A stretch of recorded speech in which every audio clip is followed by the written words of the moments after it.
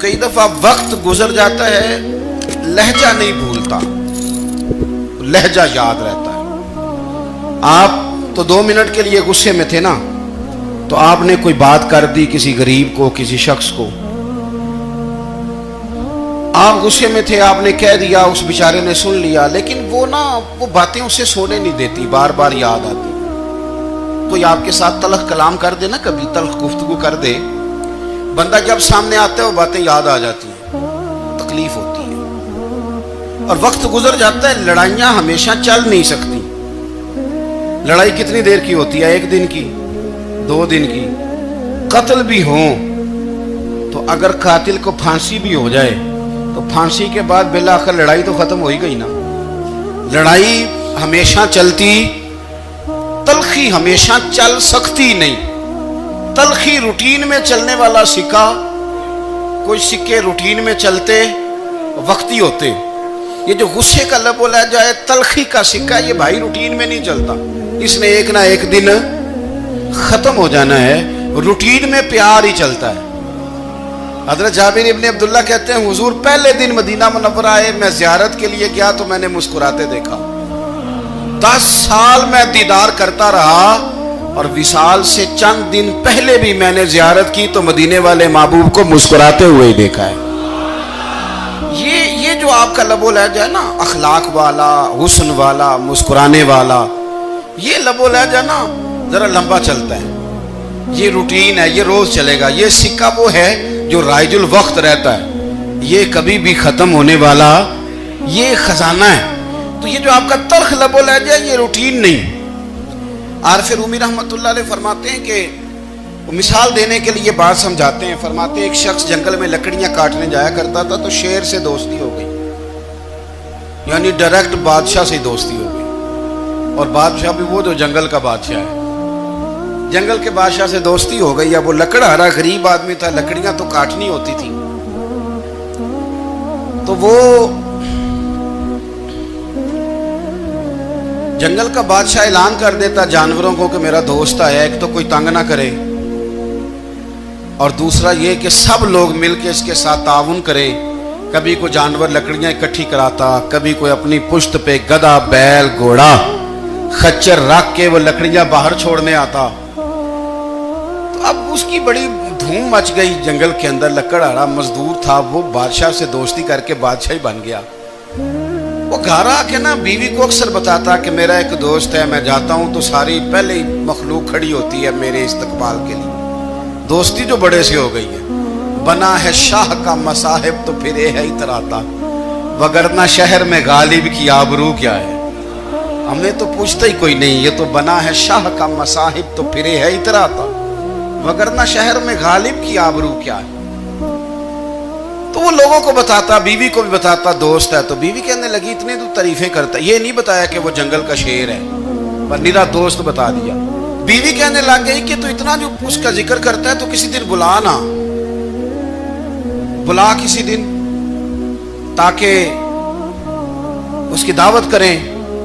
اب اس نے پھر نہ اس کو پردے میں رکھا، کیا کہتے ہیں آج کل، سرپرائز دینا ہے، مگر سرپرائز دینا ہے، پردے میں رکھا کہ وہ شیر ہے۔ تو وہ بلا لیا گھر۔ اب اس کے لیے کچا گوشت، ظاہر ہے شیر نے کچا گوشت دکھانا تھا۔ وہ کہنے لگی پکانا کس طرح کا ہے؟ وہ کہنے لگا جب وہ آئے گا پھر بتاؤں گا۔ اب وہ کچا گوشت 2-3 بکرے ذبح کر کے ڈال دیے، وہ آ گیا شیر۔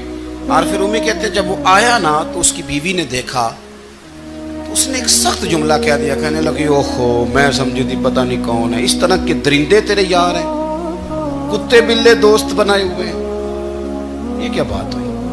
خیر وہ شیر نے سن لیا، گوشت کھایا، وہ چلا گیا۔ اگلے دن لکڑہارا لکڑیاں کاٹنے گیا تو شیر نے ملاقات کرتے ہی لکڑہارے سے کہا کہ یہ نا کلاڑی اٹھا اور میری پشت پہ نا ایک زخم کر دے۔ اس نے کہا نہیں میں یہ کام نہیں کرتا، تو میرا دوست ہے۔ اس نے کہا سن بھائی میں نے پیار سے کہا ہے تو مان جا، ورنہ میں ہوں شیر، میں نے تجھ سے منوا ہی لینا ہے، میں کوئی تکلیف دوں گا مناسب نہیں، تو کر۔ اس نے کلاڑی اٹھائی اور اس کی پشت پہ ایک زور سے زخم لگا دیا، خون بہنے لگا۔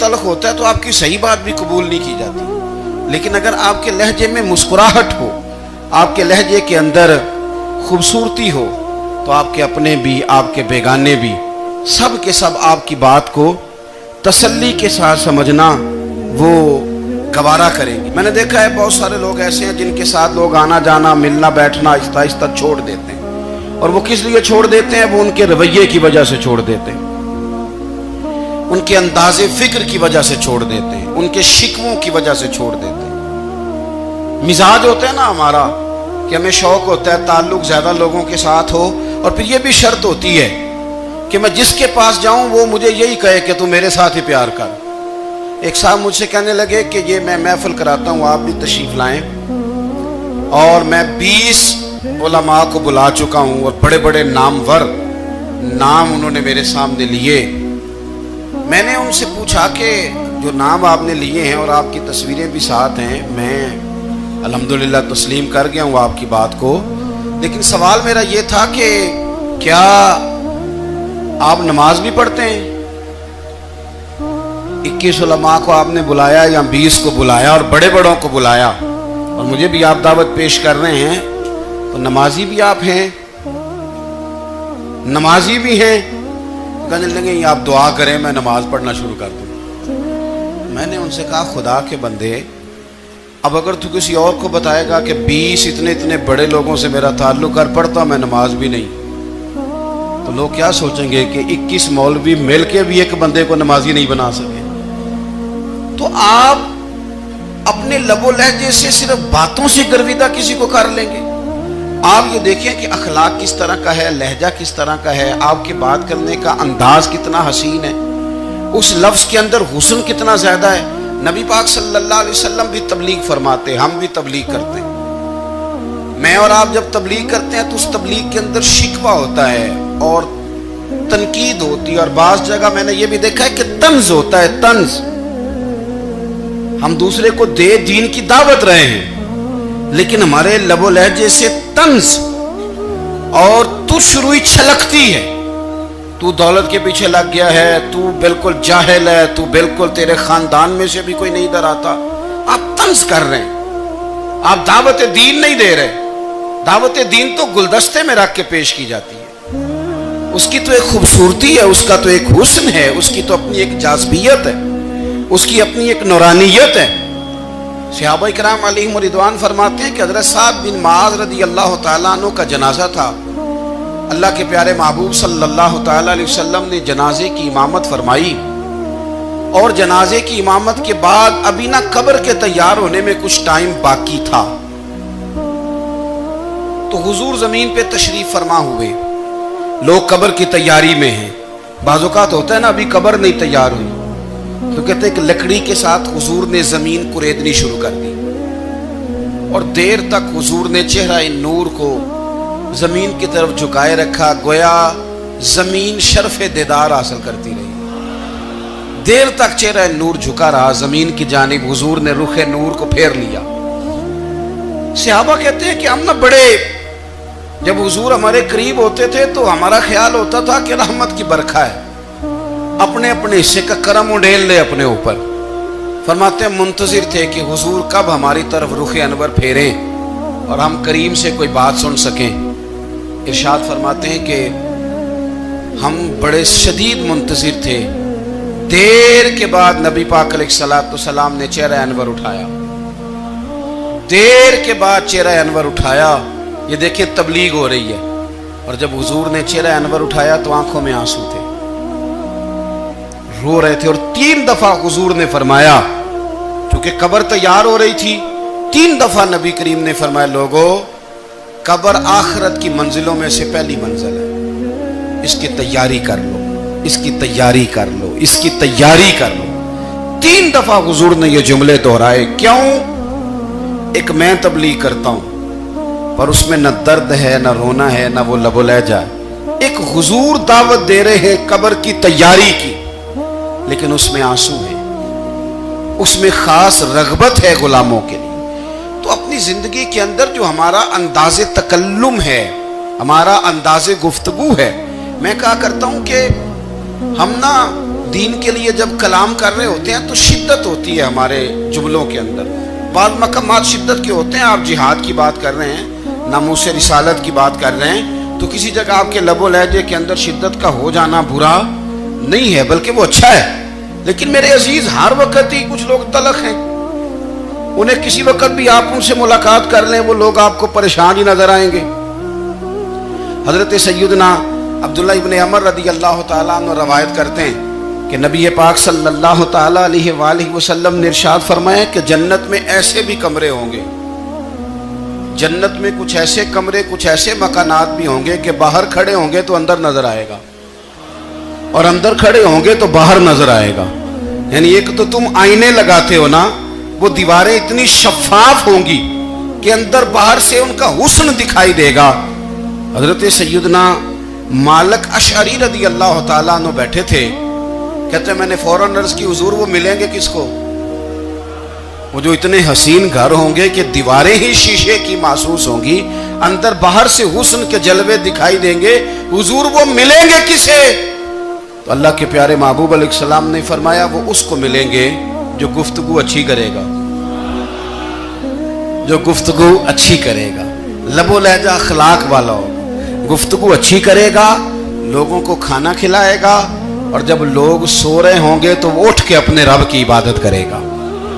اس شخص کو وہ مکانات ملیں گے جن کی دیواریں آئینے کی مانند ہوں گی, جن کا حسن تازہ ہوگا, جن کو اللہ تبارک و تعالیٰ نے اپنے فضل سے مزین کیا ہوگا, سوارا ہوگا. اپنے لہجوں پر, اپنے اٹھنے بیٹھنے پر, میل ملاپ پر تھوڑی توجہ دیں, تھوڑا سا خیال کریں. اللہ کے حضور دعا ہے مالک کریم سمجھنے کی توفیق عطا فرمائے.